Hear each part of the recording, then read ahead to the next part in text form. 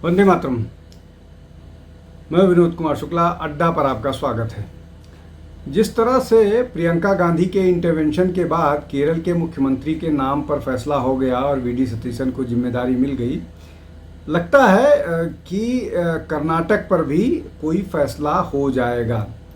अब तक चूँकि सोनिया गांधी राजनीति से पूरी तरह से इनएक्टिव हैं स्वास्थ्य कारणों से, और जिस तरह से घमासान चल रहा है कर्नाटक में सिद्धारमैया और डीके शिव कुमार के बीच, उसको लेकर के निश्चित तौर पर कांग्रेस के नेतृत्व को चिंता हो रही है। और चिंता इसलिए भी हो रही है कि अब 2 साल से कम का समय बचा हुआ है जब वहाँ पर चुनाव होंगे, और 1 साल के बाद जब आखिरी के 1 साल बचते हैं तो आपके पास सिर्फ कुछ स्कीम्स और बाकी सारी योजनाएं बना करके चुनाव के मोड में आप चले जाते हैं। करने के लिए कुछ नहीं होता है। अब जिस तरह से एक बार फिर सीतारमैया और डीके शिव कुमार के बीच घमासान चल रहा है, उसको लेकर के लगता है कि अब कोई न कोई फैसला लेना ही पड़ेगा,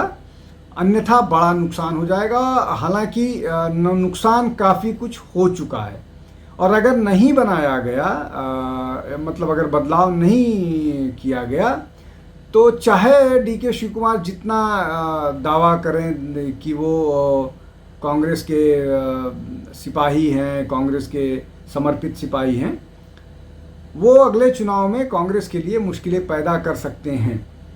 और सबको मालूम है कि कांग्रेस का जो अर्थतंत्र है कर्नाटक का, वो डीके शिव कुमार के इर्द गिर्द ही घूमता है। मतलब ये कि पार्टी की सारी फंडिंग और बाकी सबकी जिम्मेदारी उनके पास है, न केवल कर्नाटक में, बाकी और जगहों पर। अब इस मामले में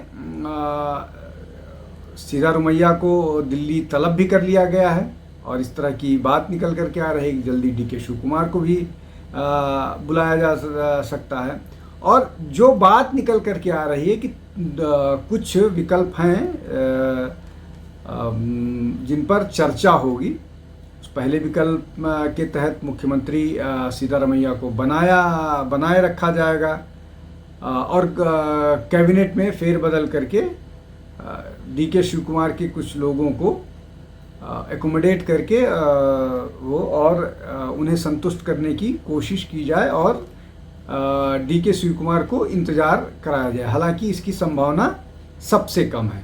दूसरा जो महत्वपूर्ण विकल्प है कि सिद्धारमैया को राष्ट्रीय राजनीति में ले आया जाए, उनको अध्यक्ष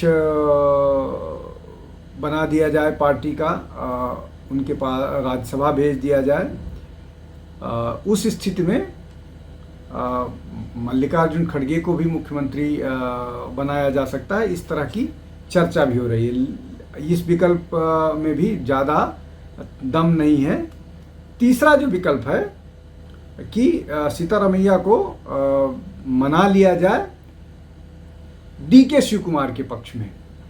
यही अकेला ऐसा ऑप्शन है जिस पर सहमति बनेगी, तभी कांग्रेस का कल्याण होता हुआ दिख रहा है।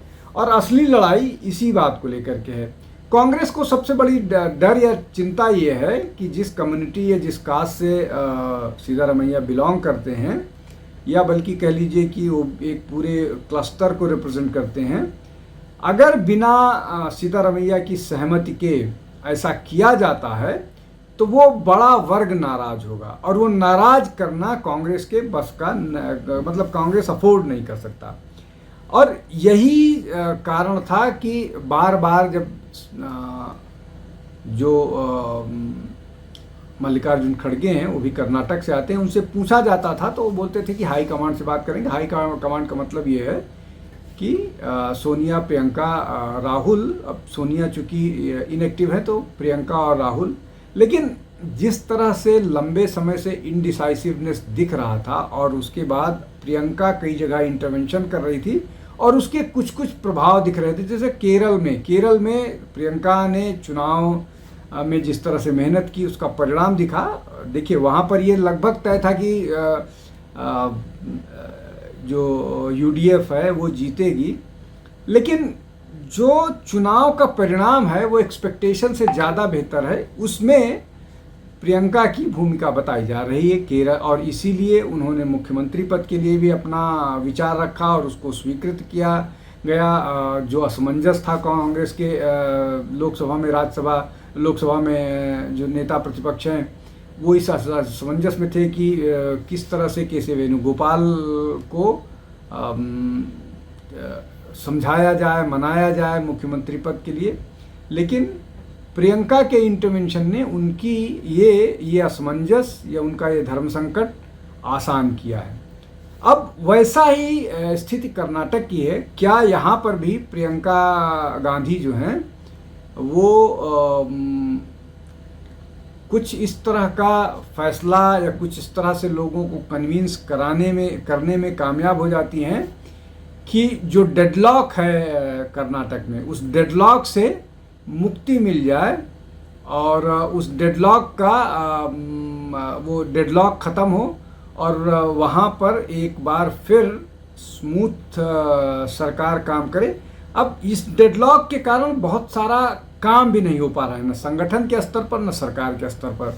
जो रूटीन काम है वो हो रहा है, लेकिन जो दिखना चाहिए, जो आपको आगे के चुनाव में आपको प्रेजेंट करना है, वो नहीं हो रहा है। आप सरकार के स्तर पर सिर्फ अपीजमेंट दिखता है और कुछ बस का भाड़ा कम हो जाए, कुछ और इस तरह की चीज़ें, लेकिन जो डेवलपमेंट की बातें हैं, जो निवेश लाने की बातें हैं, या जो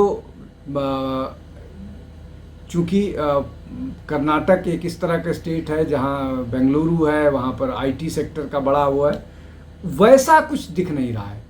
और वो तभी दिखेगा जब पॉलिटिकल स्टेबिलिटी होगी। पॉलिटिकल स्टेबिलिटी कर्नाटक में लगभग जीरो है, और ये पॉलिटिकल स्टेबिलिटी तभी आएगी जब कर्नाटक के मुख्यमंत्री और उप मुख्यमंत्री एक पेज पर होंगे, गवर्नेंस के नाम पर एक पेज पर होंगे। और वो गवर्नेंस के नाम पर एक पेज पर आने की एकमात्र शर्त जो दोनों नेताओं की अपनी अपनी है। सिद्धारमैया की अपनी शर्त है कि वो पद नहीं छोड़ेंगे, और डीके शिव कुमार की शर्त है कि कोई ऑप्शन नहीं है, चूंकि उनसे कमिट किया गया था कि 2.5 साल के बाद उनको मुख्यमंत्री का पद दे दिया जाएगा।